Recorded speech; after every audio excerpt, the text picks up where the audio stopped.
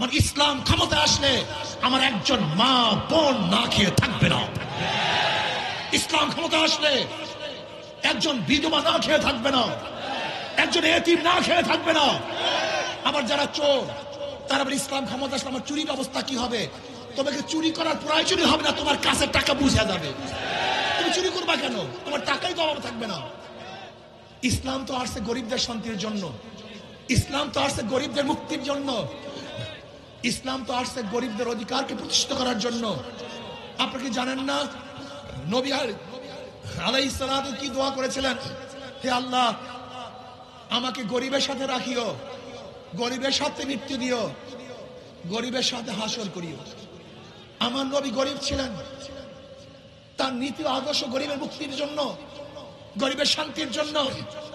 আজকে কপাল পোড়া গরিবরা তার ইসলামকে পছন্দ করে না।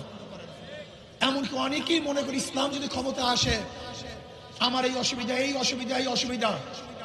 আসলে ইসলাম ক্ষমতা আসলে তোমার কোনো অসুবিধাই থাকবে না, শুধু সুবিধা সুবিধা সুবিধা সুবিধা। তোমাকে ভুল মেসেজ দেওয়া হয়েছে। তুমি কি ভেবেছ ইসলাম মানি বিশাল পাথর, বিশাল ওজন, বিশাল সমস্যা? না, ইসলাম মানি হালকা, ইসলাম মানি সুবিধা, ইসলাম মানি শান্তি। এক গাঁজাওয়ালা আমাকে প্রশ্ন করেছে, হুজুর ইসলাম ক্ষমতায় আসে আমার গাঁজার অবস্থাটা কি হবে? ব্যক্তি গাঁজা সেবী।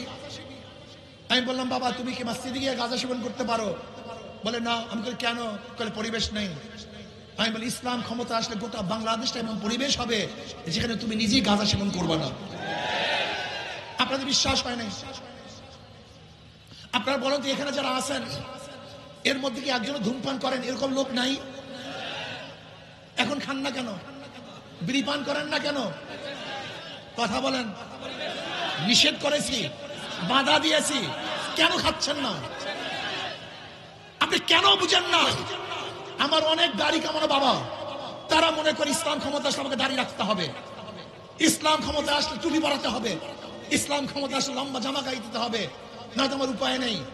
আচ্ছা বলেন তো, আপনি দাড়ি ছাড়া, টুপি ছাড়া, সুন্নতি জামা ছাড়া যখন মসজিদে যান, মসজিদ থেকে আপনি বের করে দেয়? মসজিদের উত্তম জায়গা কোথায় আছে? সবচেয়ে পবিত্র জায়গা মসজিদ, সেখান থেকে আপনাকে বের করে নাই, আর কোনটা বাংলাদেশ থেকে আপনাকে বের করে দিবে? এই নেগেটিভ ধারণা আপনার মধ্যে কে দিয়েছে? অনেকে আবার বলে ইসলাম ক্ষমতা আসলে মহিলারা চাকরি করতে পারবে না। মানে ইসলাম ক্ষমতা আসলে আমার একজন মা বোন না খেয়ে থাকবে না। ইসলাম ক্ষমতা আসলে একজন বিধবা না খেয়ে থাকবে না, একজন এতিম না খেয়ে থাকবে না। আবার যারা চোর তারা আবার ইসলাম ক্ষমতা আসলে আমার চুরির অবস্থা কি হবে? তোমাকে চুরি করার প্রয়োজনই হবে না, তোমার কাছে টাকা বুঝে যাবে। তুমি চুরি করবা কেন? তোমার টাকাই তো অভাব থাকবে না। ঘুষখোররা মনে করে ইসলাম ক্ষমতা আসলে আমার ঘুষের অবস্থার কি হবে? তোমার মনই চাইবে না আমি ঘুষ খাই। সমস্যা কি তোমার? যারা মদ পান করে তারা মনে করে মদের অবস্থাটা কি হবে? না, তোমাকে এমন পরিবেশ দেওয়া হবে যেখানে মদের উপর তোমার ঘৃণা সৃষ্টি হবে, তুমি মদ পান করবা না। আপনি কি জানেন পরিবেশে মানুষ খারাপ হয়, পরিবেশেই মানুষ ভালো হয়? আজকে পরিকল্পিত ভাবে এই দেশটা কেমন খারাপ পরিবেশ বানিয়ে ফেলেছে, এখানে ফেরেশতারাও আযাজিল হয়ে যায়।